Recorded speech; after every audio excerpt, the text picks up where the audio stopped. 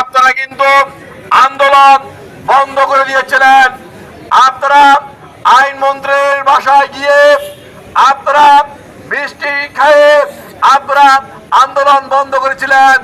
আপনারা বলেছিলেন যারা জঙ্গি আন্দোলন করছে, বিপ্লবী আন্দোলন করছে, তাদের সাথে আমাদের কোনো সম্পর্ক নেই। আমরা আমাদের আন্দোলন বন্ধ করে দিয়েছি।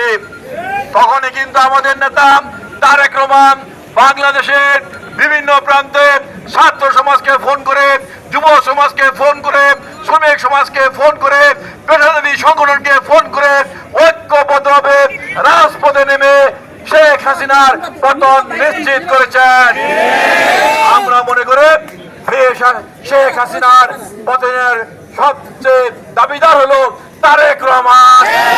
তারেক রহমান যদি এই আন্দোলনের হাল না ধরতেন তাহলে শেখ হাসিনার পতন নিশ্চিত হতো না, কারণ আপনারা তো আন্দোলন আগেই বন্ধ করে দিয়েছিলেন। প্রিয় সাথী বন্ধুরা, আপনারা এই কিছু কিছু উপদেষ্টা এনসিপি নেতারা বলে থাকেন বিএনপি কি করেছে।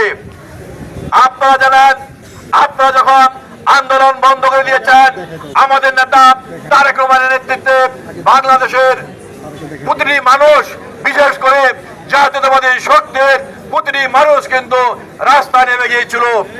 আমরা তারেক রহমানের নির্দেশে বাংলাদেশে এই ফ্যাসিস্ট সরকারের আন্দোলনের সময় আমরা কার্ফু ব্রেক করেছি বিএনপির নেতাকর্মীরা সাধারণ জনগণকে নিয়ে।